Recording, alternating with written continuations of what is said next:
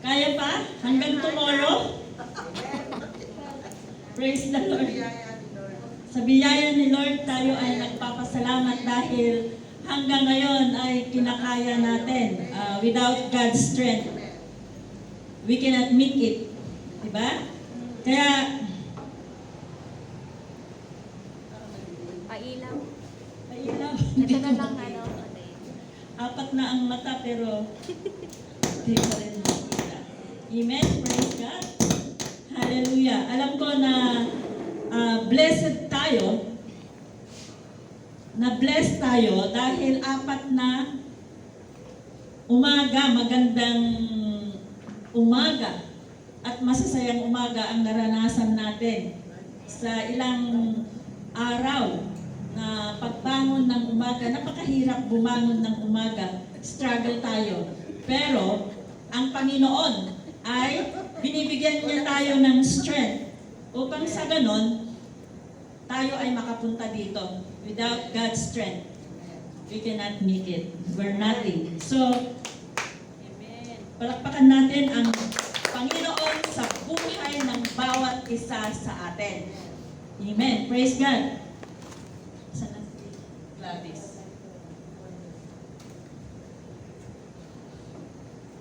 Ako ay ano na lang, conclusion. Kasi 5 araw ay puno na tayo ng mensahe galing sa Panginoon. Conclusion na lang ako. At ang teksto natin ay matatagpuan sa 2 Chronicles chapter 7 verses 12 to 14.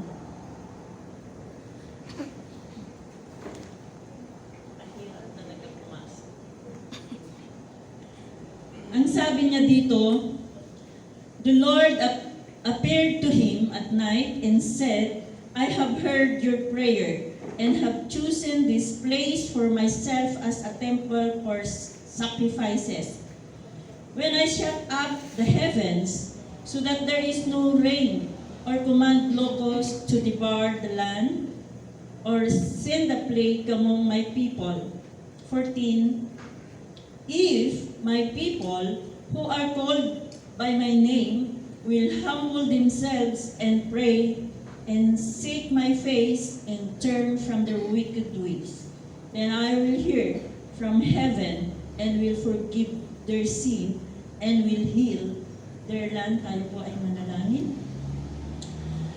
O Diyos na mapagpala, makapangyarihan, mapagmahal, puno ng pag-ibig, puno ng pag-asa, Panginoon, kami ay nagpapasalamat sa iyo sa umagang ito, sa kalakasan, kalusugan, kasiglahan ng bawat isa.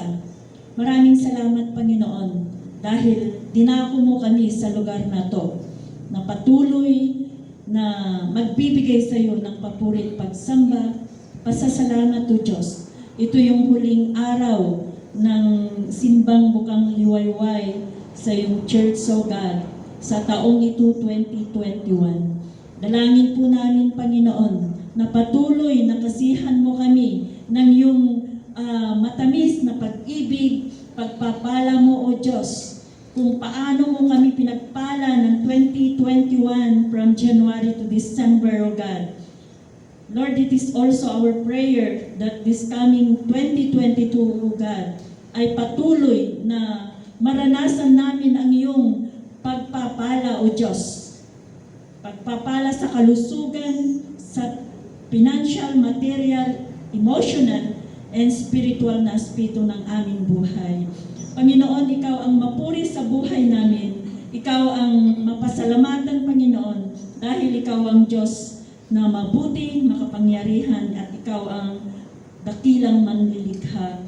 Panginoon, salamat sa buhay ng aming Panginoong Jesucristo na siyang nag-alay ng kanyang buhay, O God, na kung saan isiniselebrate namin sa buwan ng December, O God.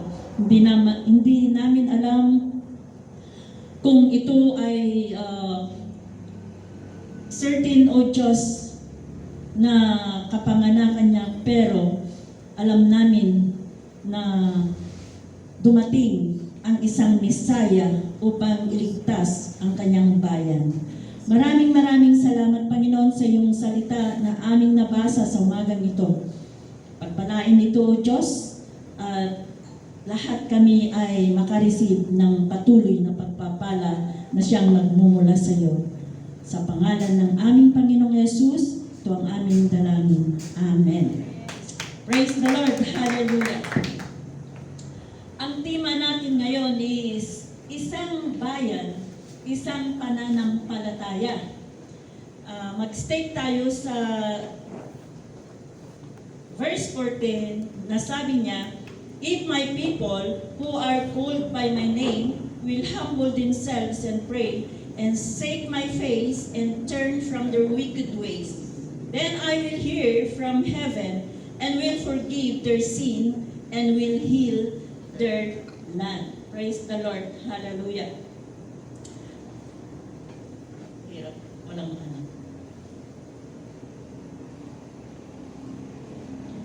Okay.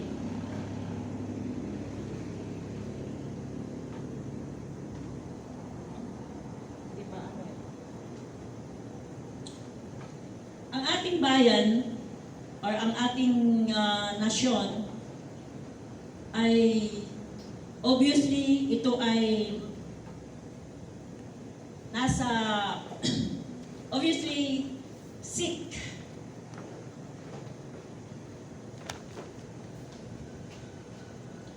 Makikita natin na may mga riots, may mga terorismo na nagaganap sa kahit anong dako. Nagkakaroon ng tumataas na crime, no? Tumataas na crime, extensive drug use.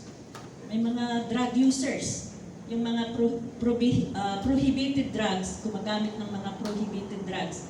Na kikita natin na nababalitaan natin sa mga pahayagan sa TV or sa mga sa ano na lang dito sa media, nakakabalita tayo ng mga drug user.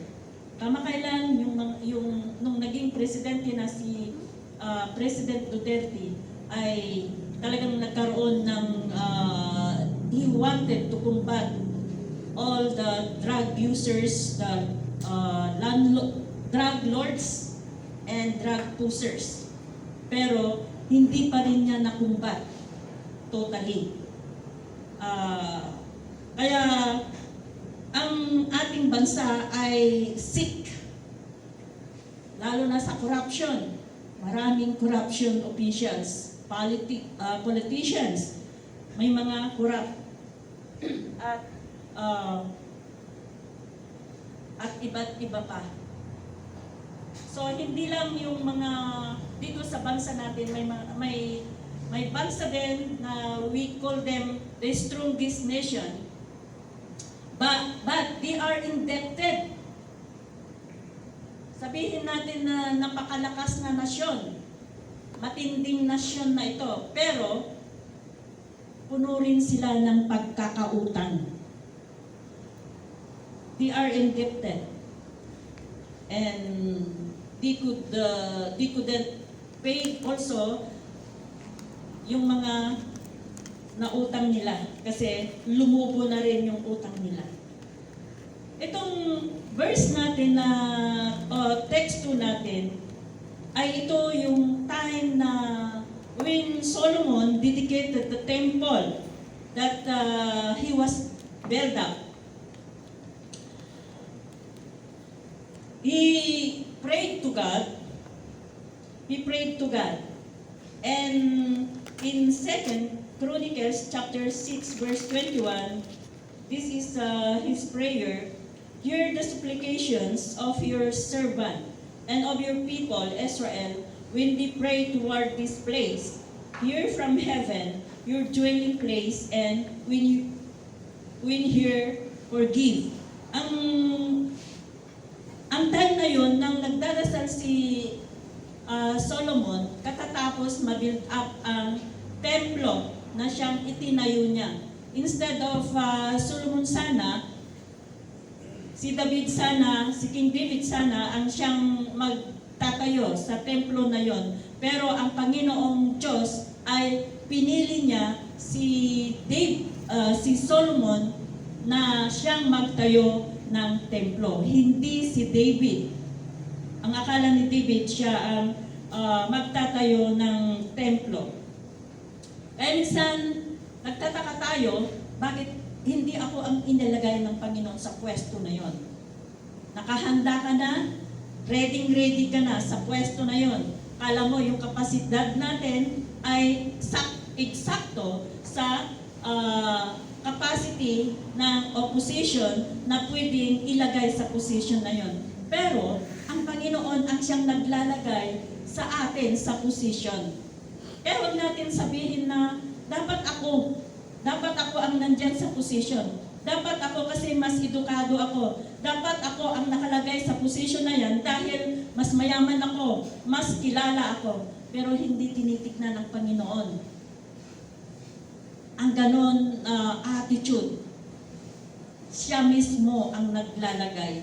Si David isang pastor lamang. Isang nagpapastor ng tupa ng kanyang ama. Hindi pa niyang pagmamay-ari yung tupa na yon.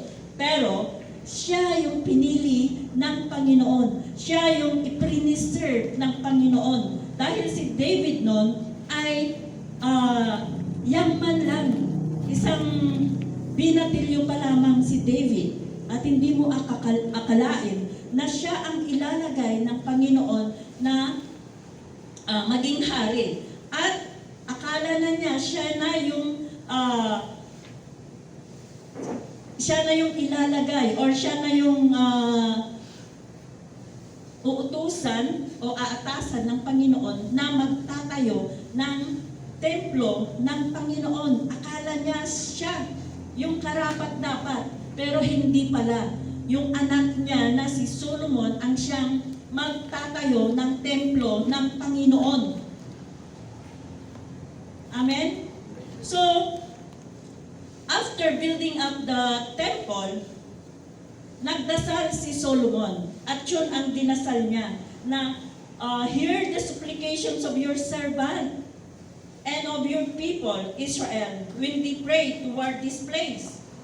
Hear from heaven, your dwelling place, and when you hear, forgive. At that time kasi ang mga Israelites, alam natin na from Egypt ay on their way to the land of promise ay marami silang failure. Kaya yung 2 million, more than 2 million people, Israelites, na lumabas mula sa Egypt ay naging 2 na lang. Marami silang failure. Nagkamatay sila sa daanan nila dahil sa disobedience nila sa Panginoon. Kaya pagdating sa Canaan or the land of promise, 2 na lang si Caleb at si Joshua. Amen? Praise God. So God was pleased to Solomon and replied by night. At that time, ang Panginoon, naririnig niya yung dasal ni Solomon at natuwa siya, nalugod ang Panginoon na si Solomon ay ipinagdasal niya ang kanyang tauhan, ang kanyang mga tao, no?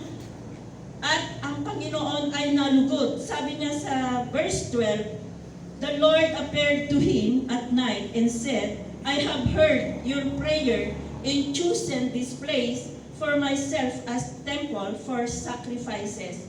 He reminded Solomon and all of us that he is merciful to those who humbly repent and seek him. No? Ito yung dasal ito yung reply ni Lord or ng Panginoon. Sa verse 12 and 13, nagbigay ng warning ang Panginoon. Ito yung warning niya na He is a merciful God. He is a merciful God. At lahat ng alay ay iaalay sa templo na yon. So, ang topic natin is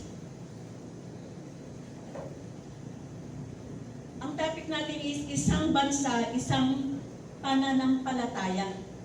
One nation, one faith. What causes national sickness? Ano ang rason or bakit nagkakaroon ng nationwide, national na karamdaman? Bakit? Ano ang nangyayari? Bakit nagkakaroon ng national na karamdaman or national weakness or sickness?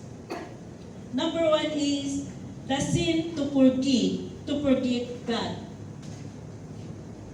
The sin to forget God. Deuteronomy chapter 32 verse 18, you deserted the rock who fathered you. You forgot the God who gave you birth. Nakalimutan na ang isang nasyon, pag kinalimutan mo ang Panginoon, ang nasyon ito ay magkakaroon ng matinding karamdaman. Ang karamdaman na mararanasan ng isang nasyon kapag kinalimutan niya ang Panginoon. Ang Panginoon ang siyang nagbigay sa kanila ng mga blessing, nagbigay sa kanila ng buhay, nagbigay sa kanila ng lahat ng pangangailangan nila. Siya ang nagligtas sa kanila mula sa kanilang pagkaalipin sa Ehipto. Pero nakalimutan nila, on their way to the land of promise, they forget God. Nakalimutan nila ang Panginoon. From their birth, or mula pa pagkapanganak, no, nandyan na ang Panginoon sa kanila. Pero nakalimutan pa rin nila ang Panginoon. Ganon din sa atin, mga kapatid. Dito sa bansa natin, yung national sickness na sinasabi niya, nandyan ang disaster, nandyan ang terrorism, nandyan ang sakit. Hanggang ngayon, pinagdadaanan natin, nagkakaroon tayo ng takot dahil sa COVID.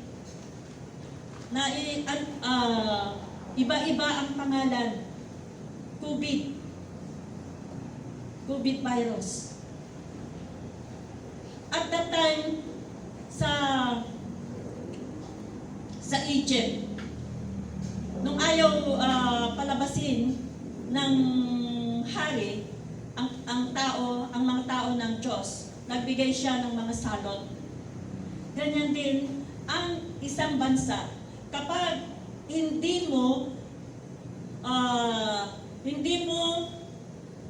ka tumatalima sa kautusan ng Panginoon, sa kalooban ng Panginoon, magkakaroon ng mga disasters dito sa ating bansa.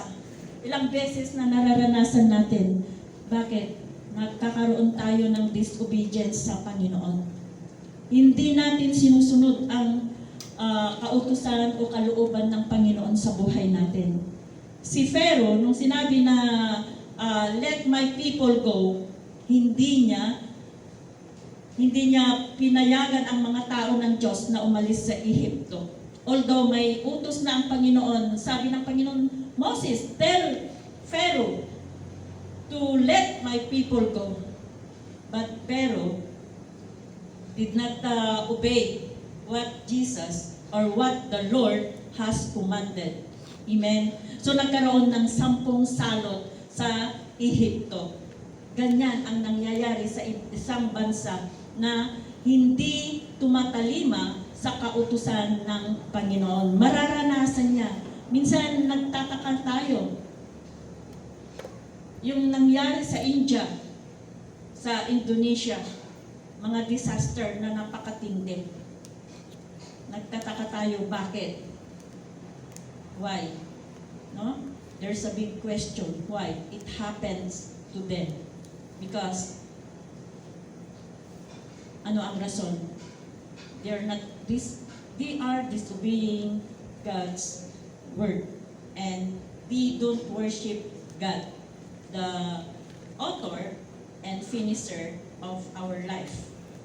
Amen? So, ang mga Israelites, nakalimutan nila ang Panginoon. Habang naglalakad sila patungo sa promised land, nakalimutan nila ang Panginoon. Ano ang ginawa nila?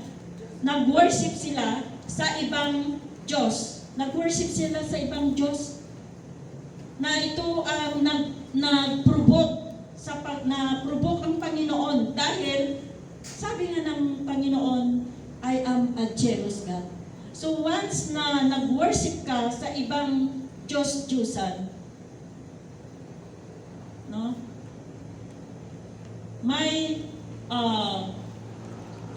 karamdaman na darating sa isang bansa. Unti-unti naman namamatay ang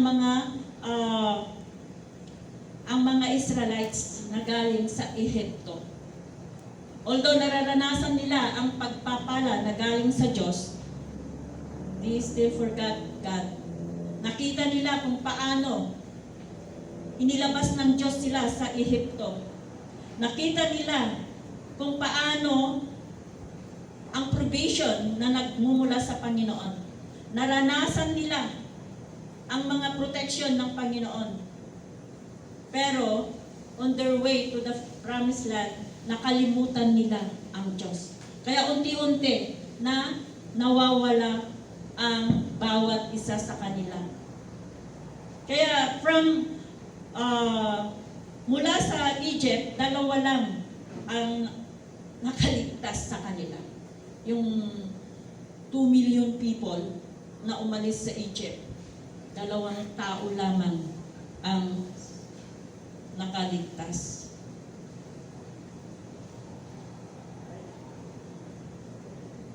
Imagine mga kapatid,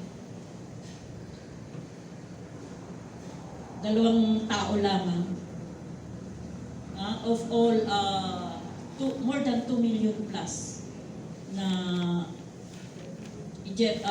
Israelites, 2 lang ang nanatili sa pananampalataya sa Panginoon. Tayo kaya hanggang sa pagbabalik ng ating Panginoon, matagpuan kaya tayo na ang pananampalataya natin ay nakapokus sa Kanya? Strong pa rin pa ba ang pananampalataya natin sa pagtaha o sa pag-aantay natin sa pagbabalik ng ating Panginoon Diyos? Andyan pa ba tayo na matagpuan na tapat na naglilingkod sa ating Panginoon? Amen? So, the sin to forget God, isang rason or isang cause ng national sickness. Easy to forget God na siya ang nagbigay sa atin ng kalakasan. Easy to forget God na siya ang nagsusustain sa iyo lahat ng pangangailangan mo. Easy to forget God pag tinatamasa natin ang kasaganaan sa buhay natin. Nakakalimutan natin ang Panginoon. Ang isang bansa na nakakalimot sa Panginoon ay makakaranas ng matinding disaster or makakaranas ng pagbaba ng ekonomiya. Remember, ang US noon, no? Pagpasok pa lang ni Presidente Obama, inalis niya kaagad ang In God We Trust sa pera nila. Hindi niya pinayagan ang public prayer. Hindi niya pinayagan o inalis niya ang prayer or pagdadasal sa loob ng school. Inalis niya lahat, pati sticker sa sasakyan may nilalagay mo, God is love. Lahat yon basta patungkol sa Panginoon na sticker, hindi niya pinapayagan na ilagay, idikit sa sasakyan or sa mga gusali. Basta patungkol sa Panginoon. No? Hindi niya pinayagan. At ngayon, sa mga ibang bansa, ayaw nila na magbasa tayo ng Biblia. Ayaw nila. Trinatrack down nila ang mga Biblia sa mga tauhan nila or mga citizen nila. Ipinagbabawal nila ang pagbabasa ng Biblia. At pag nakita nila, pinaparusahan nila o pinupersecute nila ang tao na matatagpuan na may Biblia sa kanyang tahanan or sa kanyang sarili.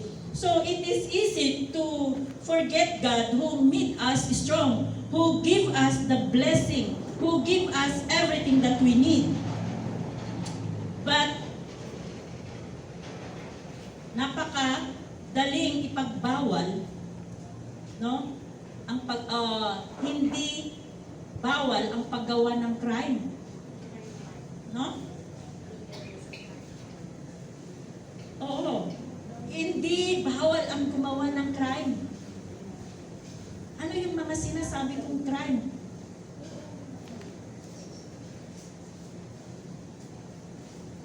Ang pagbabasa ng Biblia sa public places, ang pag-prayer, di-ban it, hindi nila pinapayagan. So, ang sabi nila, ito ay crime.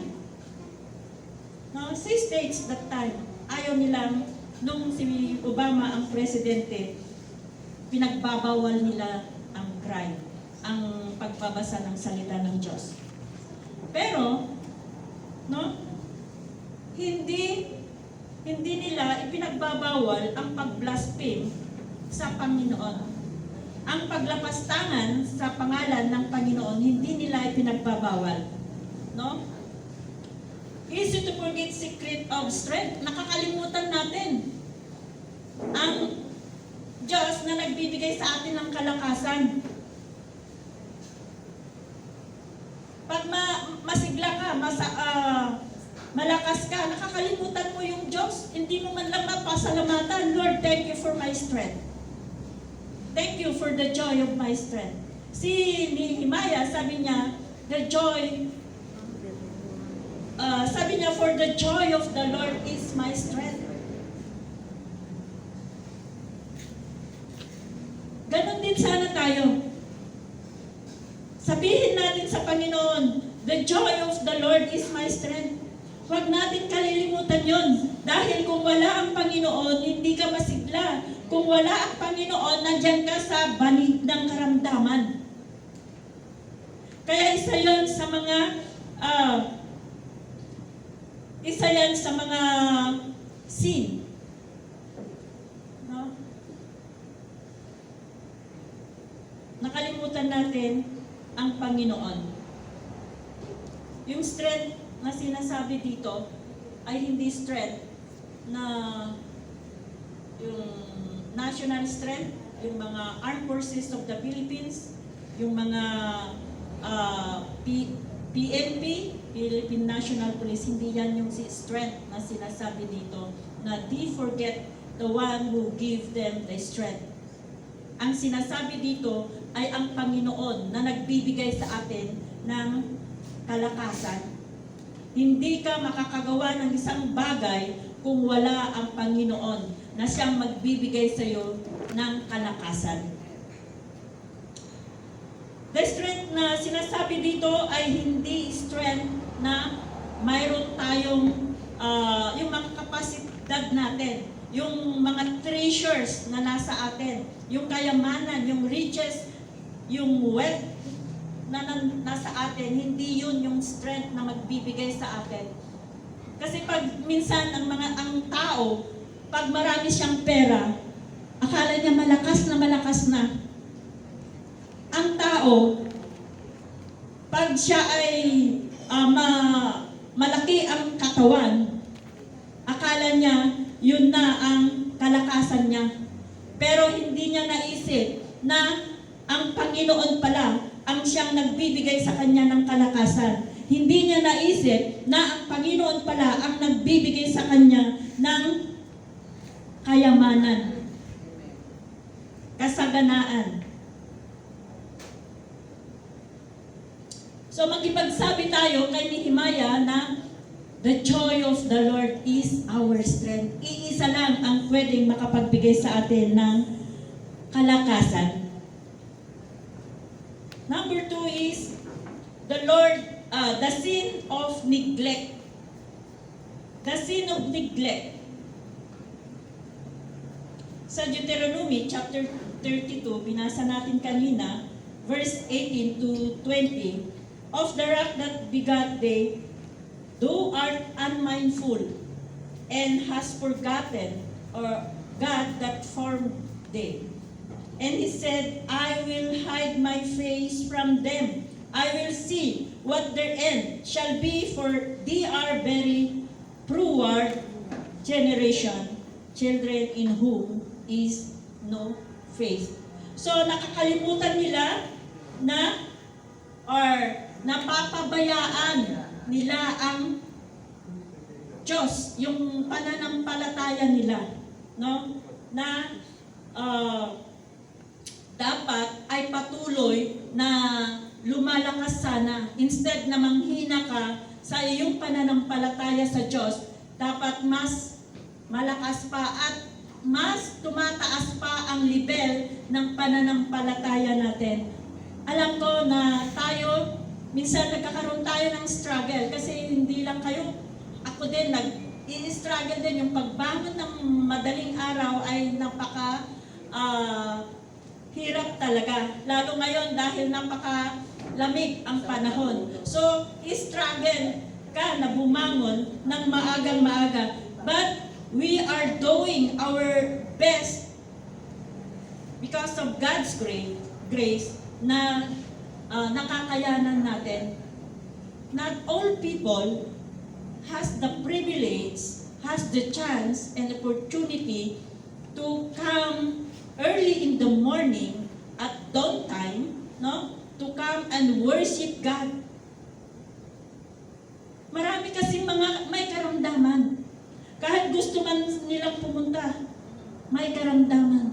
So we are so blessed because of our strength that God has given us so that we can come into this place to worship Him and to give Him the thanks that He deserved. Amen? Praise God. So, they neglected the one who gave them the strength. They neglected the one who created them. Sino yun? Ang ating Panginoong Diyos na buhay. What else? They neglect to worship Him. Nakalimutan nila or napabayaan nila ang pagbigay ng papuri or pagsamba sa Panginoon. Nakalimutan nila. Pagbangon natin sa umaga, sabihin mo sa iyong sarili, thank you, Lord. Thank you, Lord, for my strength. Thank you, Lord, for my life. Thank you, Lord, I'm still breathing. Thank you, Lord, you wake up me. Kasi hindi ka naman magigising kung wala ang Panginoon na siyang gigising sa'yo. Tatapikin ka niya. Oh, anak, gising ka na. Gising ka na, pupunta ka na sa simbang bukang liwayway para i-worship mo ako. Hindi mo dapat kalimutan ang pagbibigay mo ng pagsamba sa Panginoon. Sambahin mo siya dahil yun ang purpose mo dito sa mundo, to worship God, to praise Him. So at the time kaya nagkakaroon ng national disaster dahil di forget or di neglect to worship God. Nakakalimutan nila ang pagsamba o pagbibigay ng papuri sa Panginoon. Sa 2 Chronicles chapter 29 verse 6 to 9, ang sabi niya, Our fathers were unfaithful. Ang aming mga ninuno po namin, sila ay hindi tapat sa paglilingkod sa Panginoon. They did evil in the eyes of the Lord, our God, and forsook Him. Gumawa sila ng mga masasamang bagay sa harap or sa paningin ng Panginoon. At kinalimutan nila, they neglected God. Pinabayaan nila ang Panginoon na siyang nagbigay sa kanila ng kaligtasan. They turned their faces away from the Lord's dwelling place. Tinalikdan nila ang Panginoon and turned their backs on Him. Tumalikod sila sa kanilang pananampalataya. Tinalikdan nila ang kanilang covenant sa Panginoon. Ang kaligtasan na binigay ng Panginoon, hindi binaliwala nila ang kaligtasan na ipinagkaloob ng Panginoon. Tumalikod sila. Nangyayari yan sa ngayon.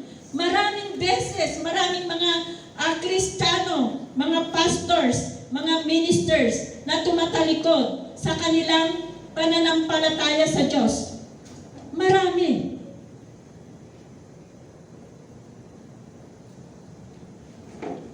Tumatalikod sila sa pananampalataya nila sa Panginoon. Pag nakaranas sila ng kasaganahan, pag naranasan nila yung matinding kasaganahan sa buhay nila, nakakalimutan nila ang Panginoon.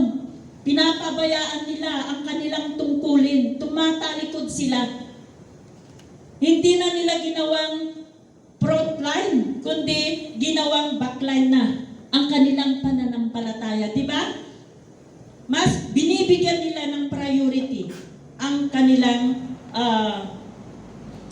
ang mga riches nila. Naging busy na sila. Naging abala na sila. Saan?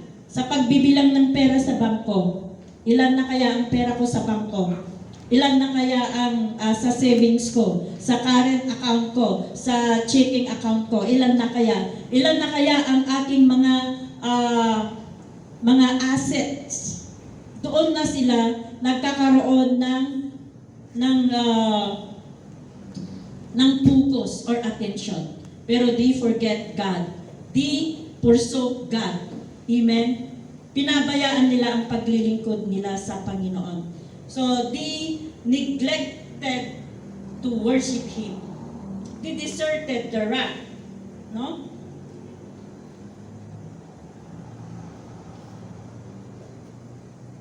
They also shut the doors of the portico and put out the lamps. They did not burn incense or present any burnt offerings at the sanctuary of the God of Israel. Nakakalimutan na rin nila ang pagbibigay offering. Nakakalimutan nila ang pagbibigay ng kanilang due sa Panginoon. Ano itong due na sinasabi? Dues na sinasabi ko sa inyo. Ito yung mga sinabi ng Panginoon na ibigay mo ang iyong ikapo sa Kanya as a worship.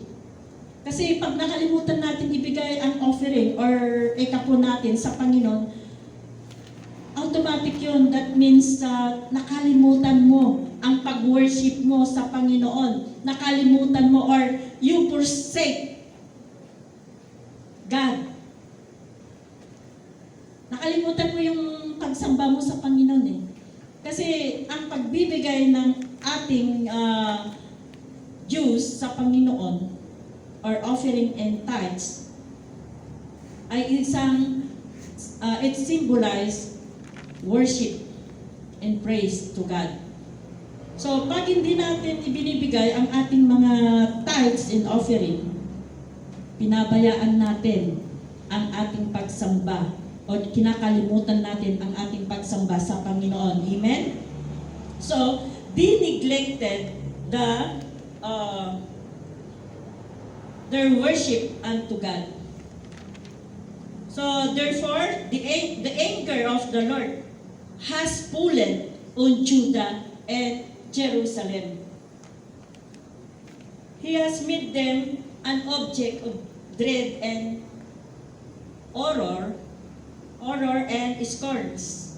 You can see with your own eyes. This is why our fathers have fallen by the sword and why our sons and daughters are in captivity. So makikita natin na pag hindi natin sinusunod or kapag tumatalikod tayo sa Panginoon, kapag pinapabayaan natin ang ating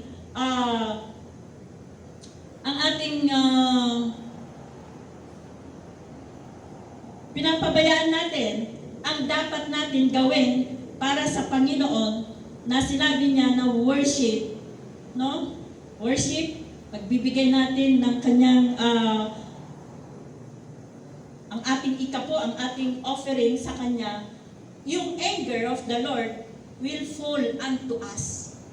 Hindi lang nagfo-fall sa Judah and Jerusalem, kundi from them, kasama din natin. Kasi kinakalimutan natin ang sinasabi ng Panginoon sa atin. Kinakalimutan natin ang ating tungkulin sa Panginoon.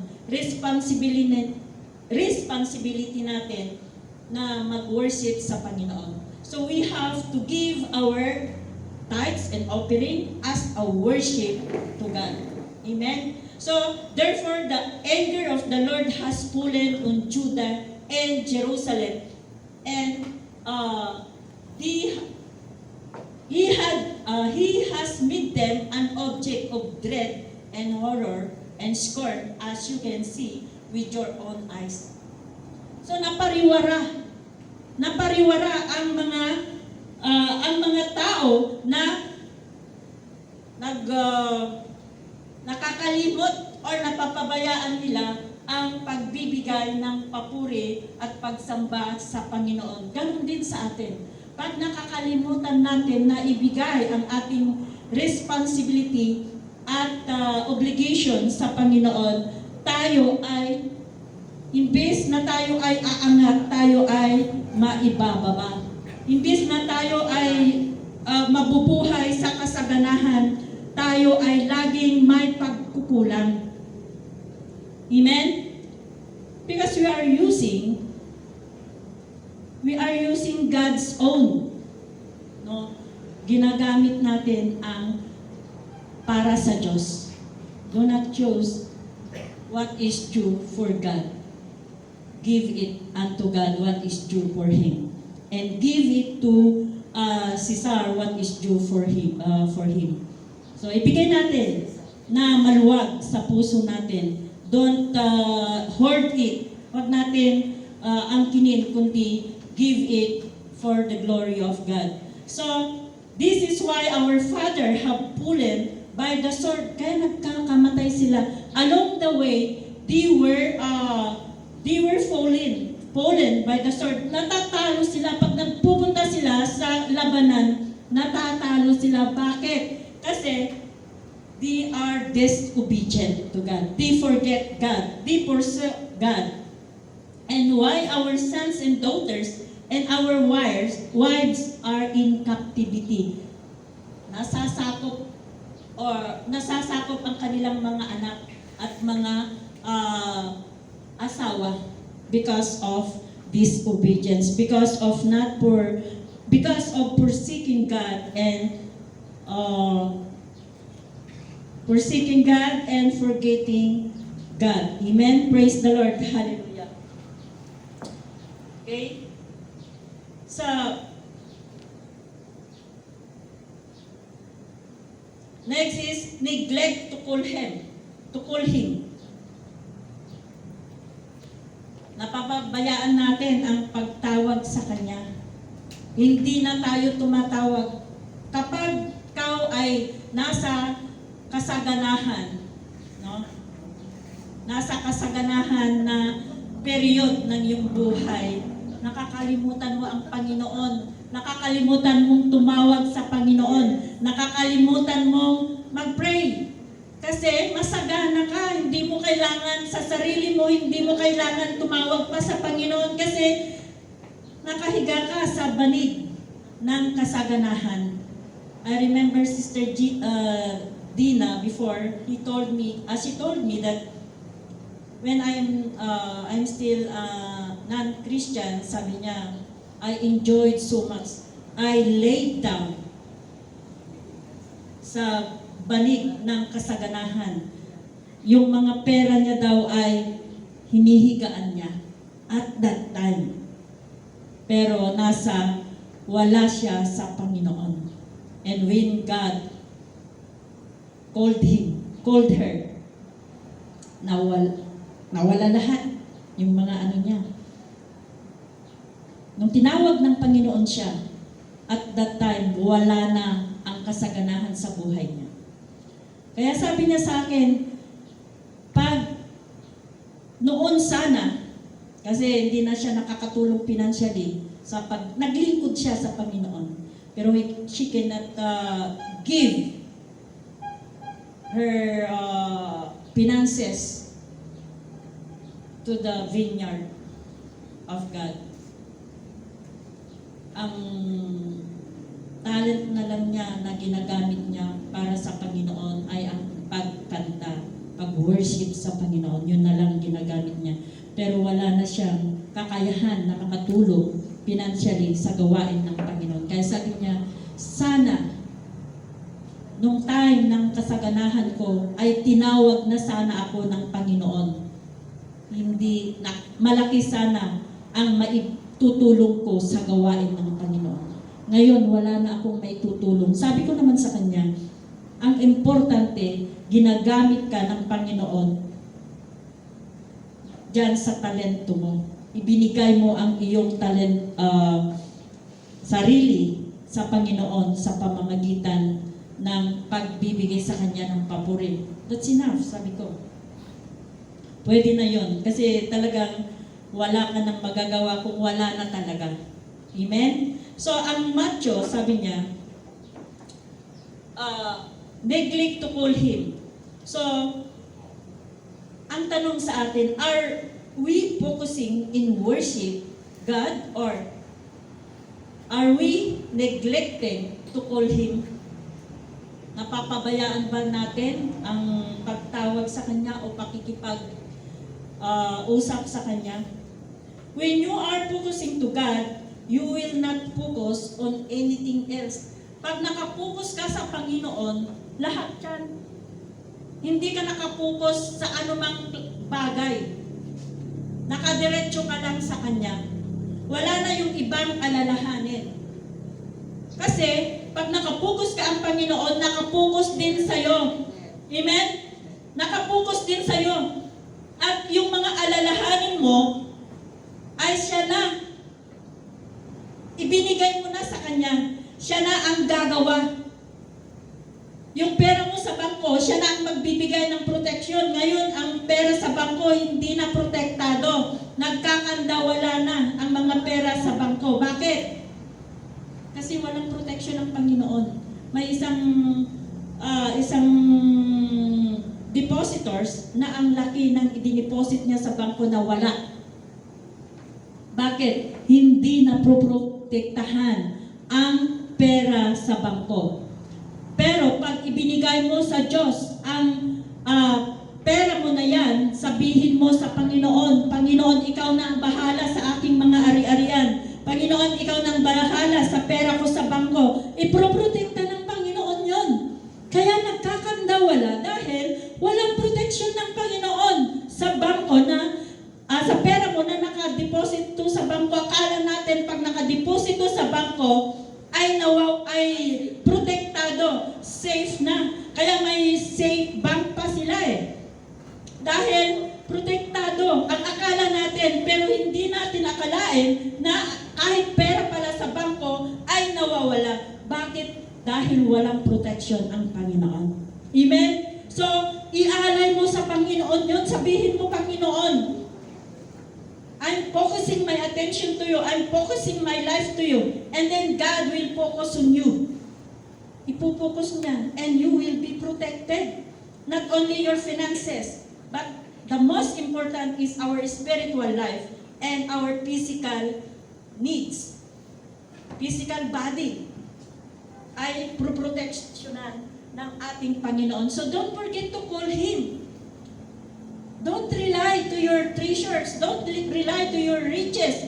Don't rely to your strength. Sabi nga ni Job, God gives, God takes. Binigay niya sa iyo, pwede niyang kunin. So do not boast. Don't be boastful. Huwag natin ipagmayabang na tayo ay maraming pera, nasa kasaganahan tayo. Don't forget to call God. Matthew chapter 15 verse 8, sabi niya, these people honor me with their lips, but their hearts are far from me. Ang mga taong ito, wino-worship lang nila ako, sinasamba lang ako dito sa bibig. Yes, we come to church to worship God by our lips only. What about our hearts? Our hearts consecrated to God? Kaya sinabi ni Jesus sa kanila na ang mga taong ito, ino-honor lang ako. Pero sa kanilang mga bibig, madali naman magsabi eh. Madali naman magtaas ng kamay pag nandito ka. Pero yung mind mo, yung kaisipan, wala dito. Pag kumanta, ang worship leader, nandyan sa projector, kumakanta ka, pero your mind is not in here. You are physically present, but mentally absent. Kasi nagliliwaliw yung ating kaisipan. Nasaan ang kaisipan mo? Kaya sinabi ng Panginoong Jesus na these people honor me. These people worship me with their lips, but away. But their hearts are far from me. Pwede bang sabihin ng Panginoon sa atin yon? Etong mga taga-GOCF, nandito lang sila para i-worship ako sa kanilang bibig.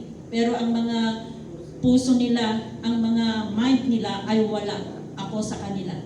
Ganun ba yun? Wala dito sa GOCF yan. Tama ba? Mayroon ba dito? Wala.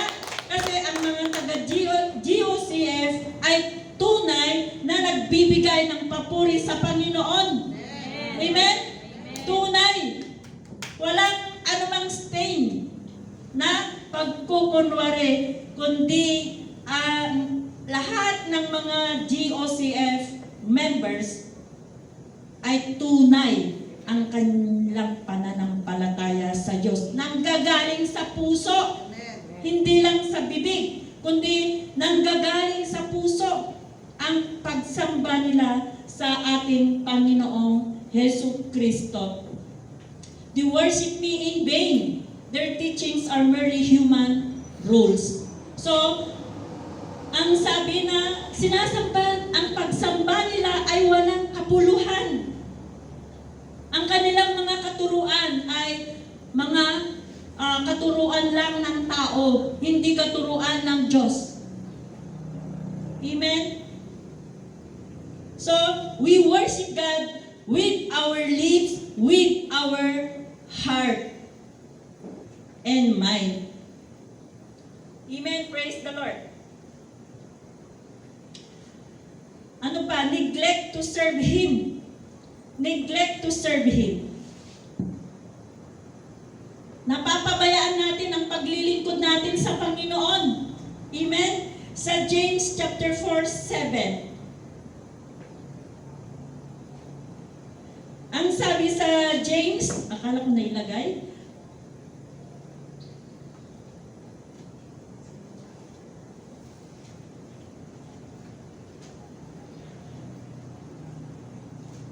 Sa James chapter 4:17, ang sabi niya, anyone then who knows the good he ought to do and doesn't do it, sin. Kung sino man ang alam mo na mabuti at hindi mo ginagawa, ito ay kasalanan. Let's say, ang pag-worship ng Panginoon, ang paglilingkod sa Panginoon, alam natin na napakabuti ang paglilingkod sa Panginoon. Pero, hindi mo ginagawa. Kasalanan daw ito, sabi ni James, sabi ni Santiago.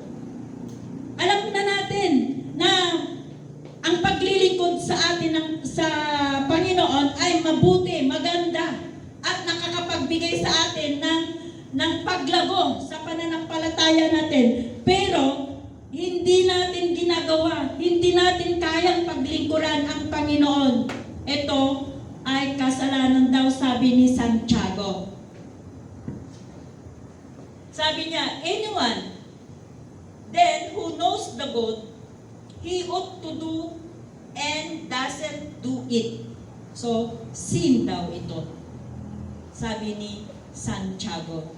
Kaya, ang paglilingkod sa Panginoon, ito ay opportunity din sa kanyang mananampalataya. Ito ay pribilehyo. Hindi lahat ng tao, hindi lahat ng mananampalataya ay nabigyan ng opportunity to serve Him. So kung naibigay sa iyo yung chance, yung opportunity to serve God, talagang gawin natin. Dahil ito ay nararapat na makapagbigay ka ng papuri sa Panginoon. Opportunity natin yun, kapatid. Hindi lahat ng mananampalataya, hindi lahat ng mananampalataya ay nabigyan ng opportunity na maglingkod sa loob sa Panginoon. Maraming Kristiyano, mananampalataya. Pero not every Christian has the chance to serve God. Yung paglilingkod. Yes, we have faith. Nananampalataya tayo sa Panginoon. Pero wala tayong chance na makapaglingkod. Hindi ka kabilang sa mga manggagawa ng Panginoon. Kaya pasalamat ka, kapatid, kung kabilang ka sa manggagawa ng Panginoon. Lahat tayo dito, manggagawa ng Panginoon. Lahat, walang hindi manggagawa ng Panginoon dito. Sabihin mo sa sarili mo, ako'y manggagawa ng Panginoon. Ako'y manggagawa ng Panginoon. At masaya ako, pinagpala ako, dahil ako ay manggagawa ng Panginoon.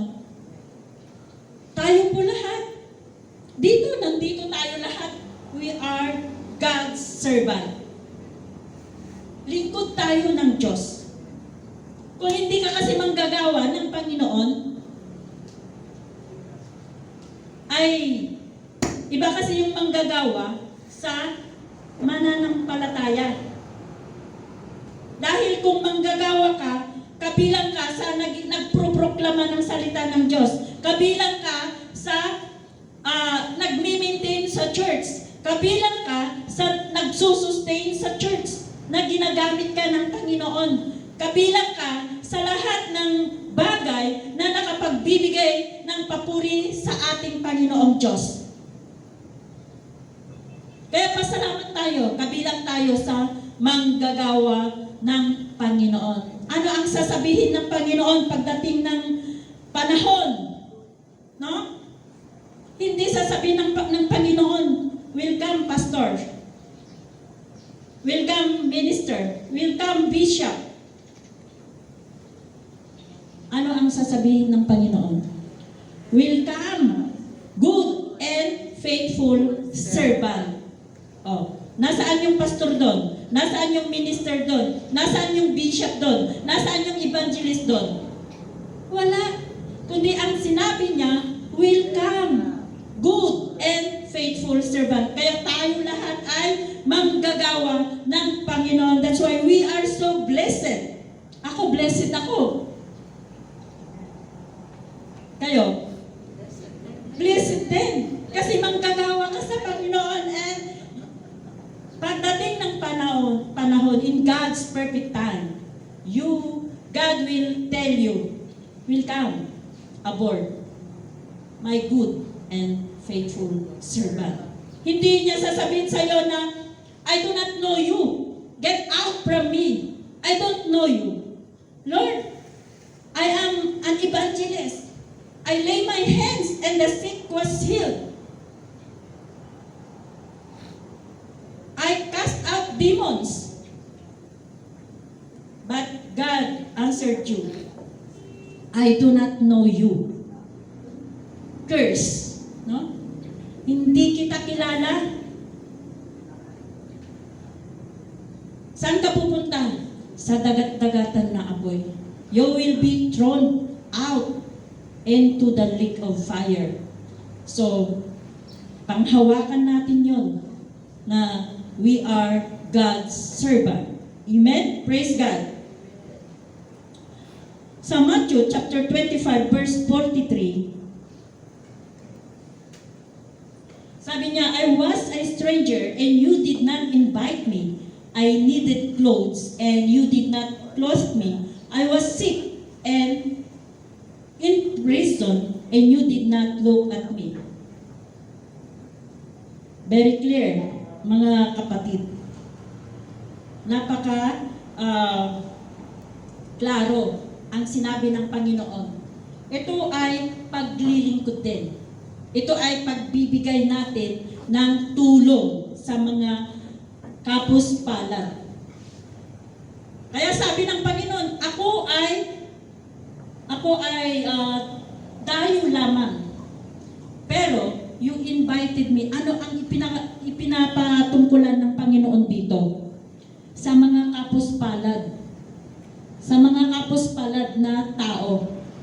Pag ginawa mo ang mabuti sa kapwa mo, lalo na sa mga indigent people, you did not do unto them, or you did not did it unto them, but you did it unto God.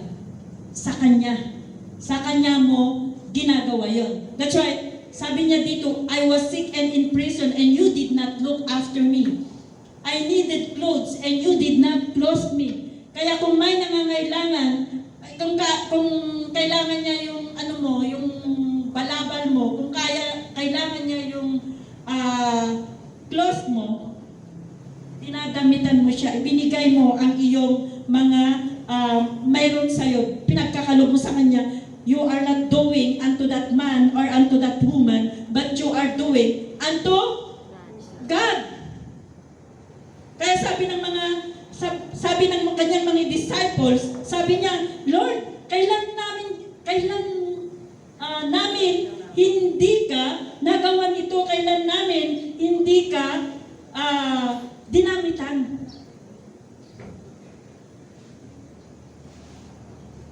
Kailan ka nagkasakit, kailan ka nadala sa prison at hindi ka namin dinalaw.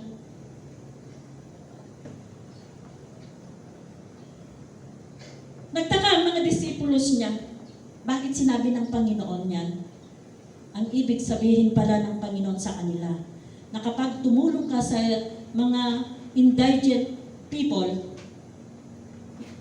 yung mga kapus-palad, unfortunate people, hindi mo ginagawa sa kanila yun. Pero you are investing. Amen? You are investing your treasures to God. Nag-i-invest ka sa langit. No? Nag-i-invest ka sa langit. Napagdaanan natin ito. No? Napagdaanan natin ito na we must have to invest our treasures in heaven. Nag-invest tayo sa langit kapag ginagawa natin ito. So naglilingkod pa rin tayo sa Panginoon. Paglilingkod pa rin sa Panginoon yon.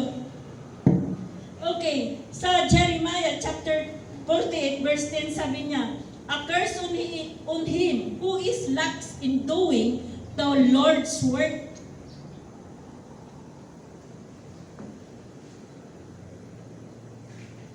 A curse unto him. Pag hindi tayo naglilingkod na tunay sa Panginoon, ay sumpa daw sa Tagalog, curse. sumpa daw at hindi kalugod-lugod sa harapan ng Diyos ang paglilingkod na very lax ka lang. Na, ano ba yung lax? Para kang pansamantala lang. Yung paglilingkod mo ay pansamantala lang. Kung may time ka, okay, maglingkod ako. Kung wala akong time, hindi. Convenient time. Parang 7-Eleven na saglit ka lang doon, tapos labas.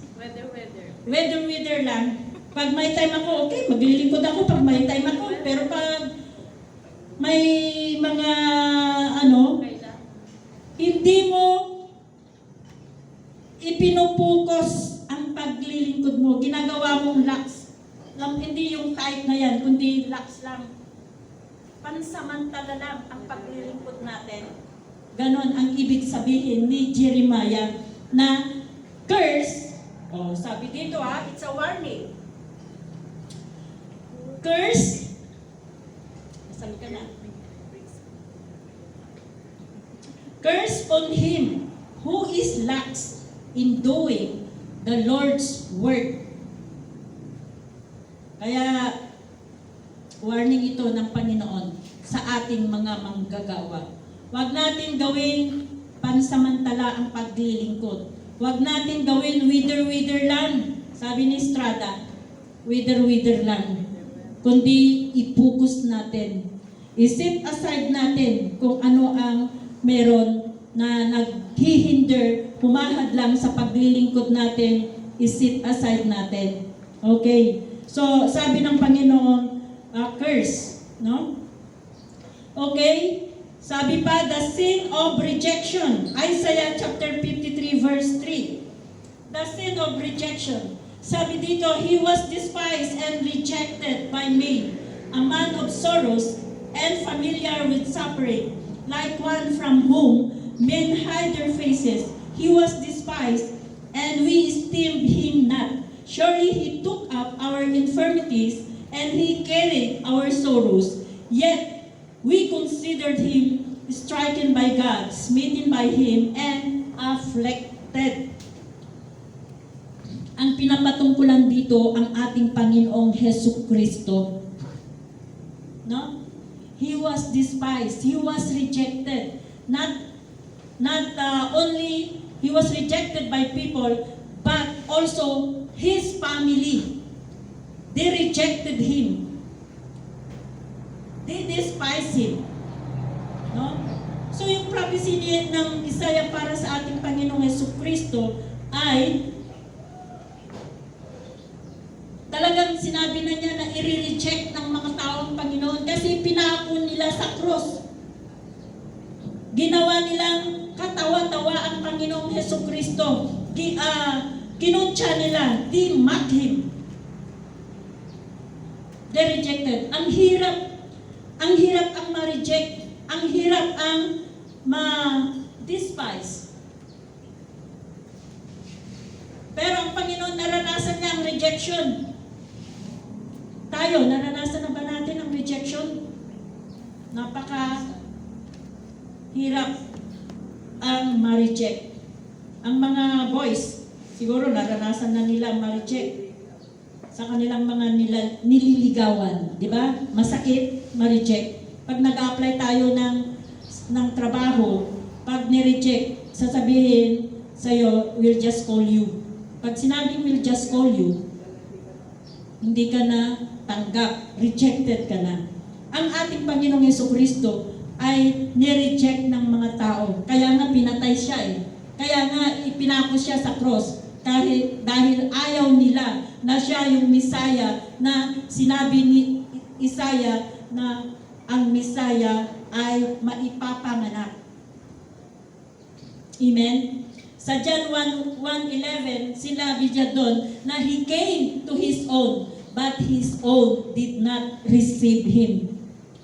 Pumunta siya dito para sa kanyang pagmamay-ari, pero ang kanyang pagmamay-ari ay ni-reject siya. Hindi nila tinanggap ang ating Panginoong Jesucristo. Amen? Hosea chapter 4 verse 6, sabi niya, "My people are destroyed for lack of knowledge." Ang aking mga tao ay mapapahamak dahil sa kakulangan ng kanilang kaalaman.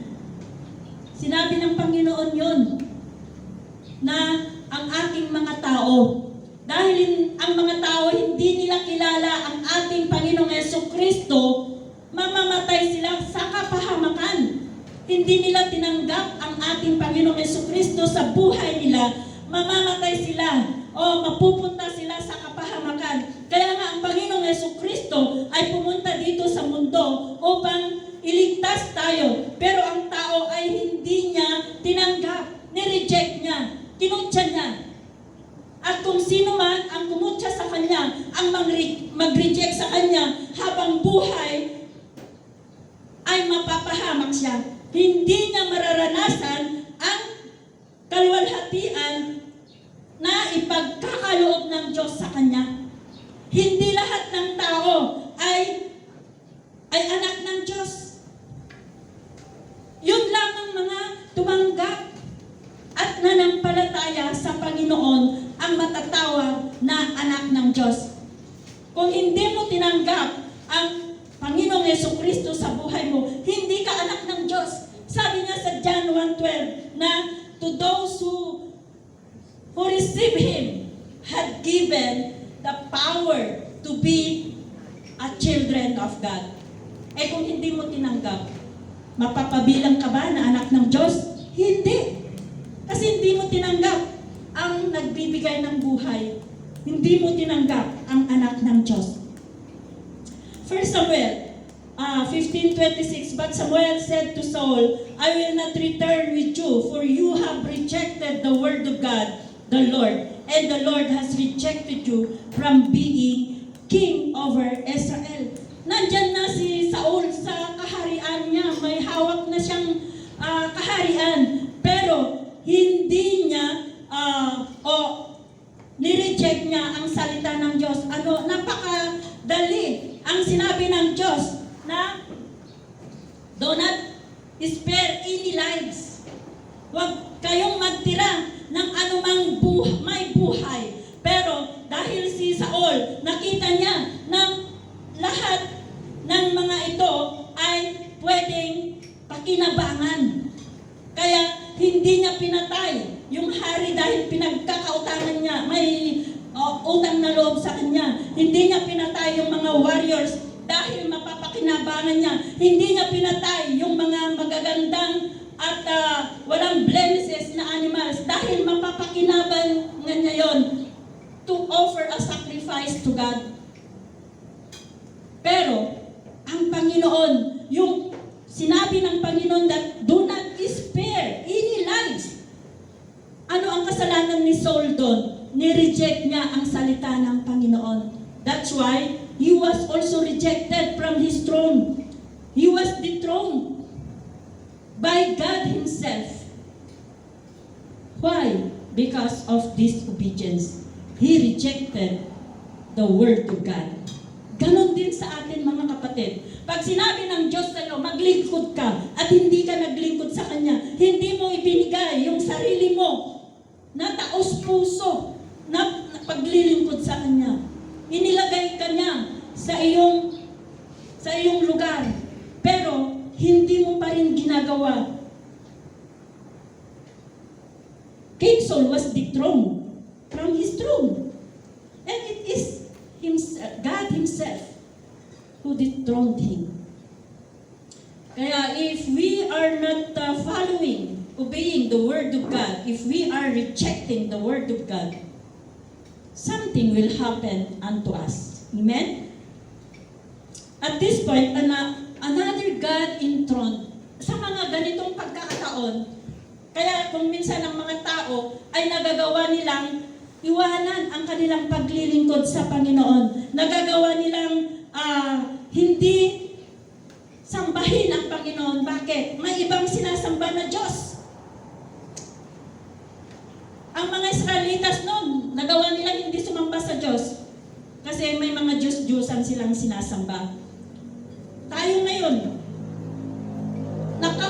Nakapokus tayo sa mga pleasure, nakapokus tayo sa mga leisure, nakapokus tayo sa ating mga kayamanan or mga mayroon tayo.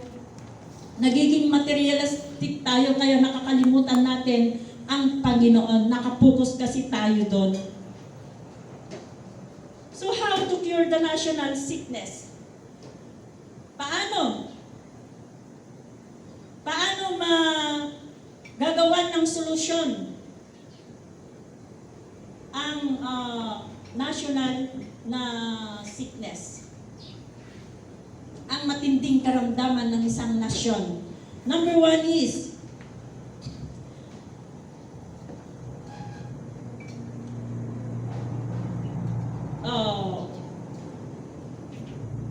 how to cure the national sickness? It is not to elect a new leader. It is not enough, or it is not to elect a new president. But sabi sa verse 4:10, yung ano natin, if my people who are called by my name will humble themselves and pray and seek my face and turn from their wicked ways, then I will hear from heaven and I will forgive their sin and will heal their land. Who are in need of cure? Who are in need of cure? The Bible says the only sick people need a doctor. Only lost people need salvation. Ang mga tao na may sakit ang nangangailangan ng kagalingan. Those who are sick, those who are called by His name, those who are prepared for service. Those who are sick, these are the people who need cure. Hindi naman pwedeng pumunta ka sa doktor na wala kang sakit. Ang mga may sakit lang ang kailangan ng doktor. Kailangan nila ng manggagamot. Kaya, dapat tayo ay, dapat ang may sakit lang ang pumunta sa doktor. Ganun din ang tao. Ang mga nangangailangan ng kaligtasan ay yung hindi pa tumatanggap ng Panginoong Hesukristo. Those who are called by His name, tayo ang tinawag ng Panginoon na noong una, tayo ay makasalanan. But God called us from the world. No? From the world, tinawag tayo ng Panginoon upang ihanda sa paglilingkod, to prepare us for service. Kaya tinawag tayo ng ating Panginoong Diyos upang maglingkod. So, we are in need of a cure because when we are still in the darkness, God brought us into light. When we were in darkness, God called us and prepared us for service. Kaya nga nandito tayo ngayon. Kaya nga naglilingkod tayo ngayon. Amen? Praise God. Ano ang ating gagawin? Ito yung part ng isang tao. Humble themselves.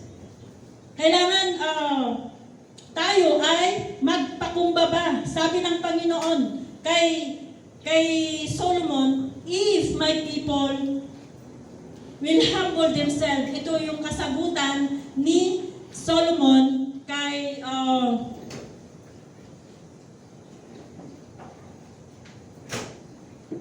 matatapos na. So, ang sabi ng Panginoon, if my people will humble themselves, magpakumbaba sila, then pray. Yan ang gagawin ng tao. And turn from their wicked ways. Okay. So, apat na klase ang gagawin ng tao. So if my people will humble themselves, pray, seek my face, and turn from their wicked ways. Talikdan natin ang ating mga kasamaan. So, how to turn our wicked ways and evil deeds. Forgetfulness, yung tinakal natin, forgetfulness, neglect, and rejection. So, manumbalik tayo sa Panginoon. Huwag tayong maging forgetful sa Panginoon. Huwag natin pabayaan ang paglilingkod sa Panginoon. Huwag natin i-reject ang salita ng Panginoon. At ang parts ng Panginoon, ito yung promise ng Panginoon, I will hear from heaven. Sabi niya sa 91 verse 6 ng Salmo, ang sabi niya ay 91 verse 6, I will satisfy them and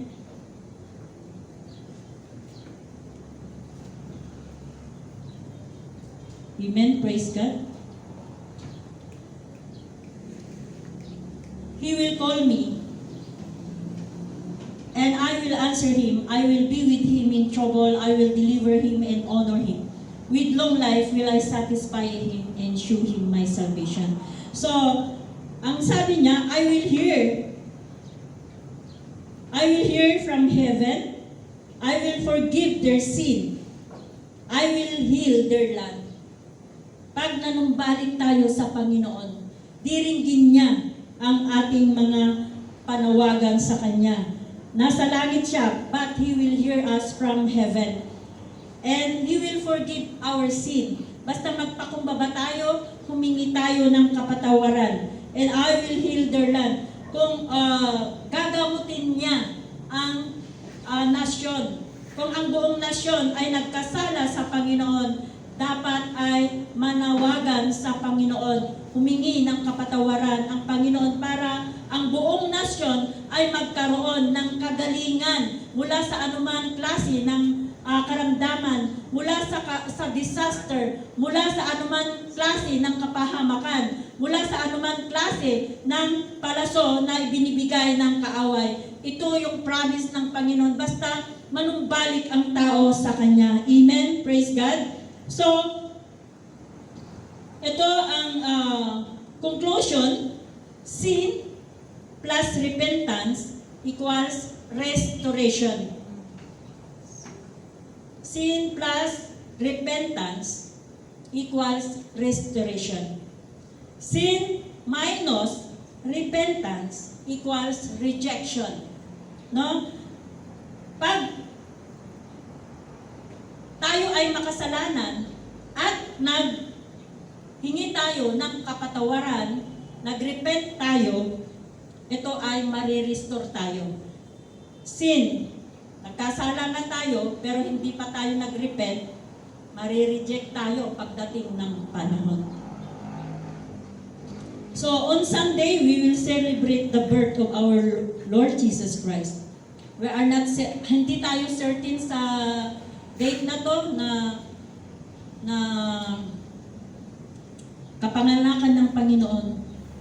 Pero tayo sa puso natin, sa buong puso natin, ang kapanganakan ng Panginoon, kahit hindi tayo certain sa araw na yon, we are certain na ang Panginoong Yesus ay ang Misaya na ipinanganak sa sabsaban.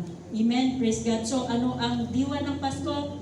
Ang diwa ng Pasko, ito ay hindi sa mga regalo na ating matatanggap, kundi ang diwa ng Pasko ay ito yung kapayapaan na ipinagkaloob sa atin ng Panginoon. Ito yung kaligtasan na ipinagkaloob ng ating Panginoong Diyos sa atin. Amen? Praise God. Yan ang diwa ng Pasko. Merry Christmas sa ating lahat. Sorry, na-late ako, 5:30 na lang. So tayo po ay manalangin. Panginoong Diyos na makapangyarihan, kami ay nagpapasalamat sa iyo, O Diyos. Dahil Ikaw ang aming Diyos, tinawag mo kami mula sa sanlibutan. Panginoon, salamat sa aming Panginoong Hesus Kristo na ibinigay mo sa amin. Ito yung diwa ng Pasko sa amin, Panginoon, na hindi ang mga regalo na aming tatanggapin, ang mga materials, ang mga financial na aming tatanggapin, kundi ang essence of Christmas is the peace that you have given to us, the salvation, O God, na ipinagkaloob mo sa atin, sa amin, O Diyos. Maraming salamat sa iyo, O Diyos, sa umagang ito. Dalangin po namin na patuloy na pagpalain mo ang bawat isa. Dalangin po namin na patuloy na ikaw ang manguna sa puso't kaisipan namin. Dalangin po namin na mas lalong tumitibay, tumatatag ang aming pananampalataya sa iyo, paglilingkod sa iyo this coming 2022 year, O God. Maraming salamat. Ikaw ang mapuri, masamba sa pangalan ng aming Panginoong Yesus. Amen. Praise the Lord. Palakpakan natin ang Panginoon. Merry Christmas sa inyong lahat.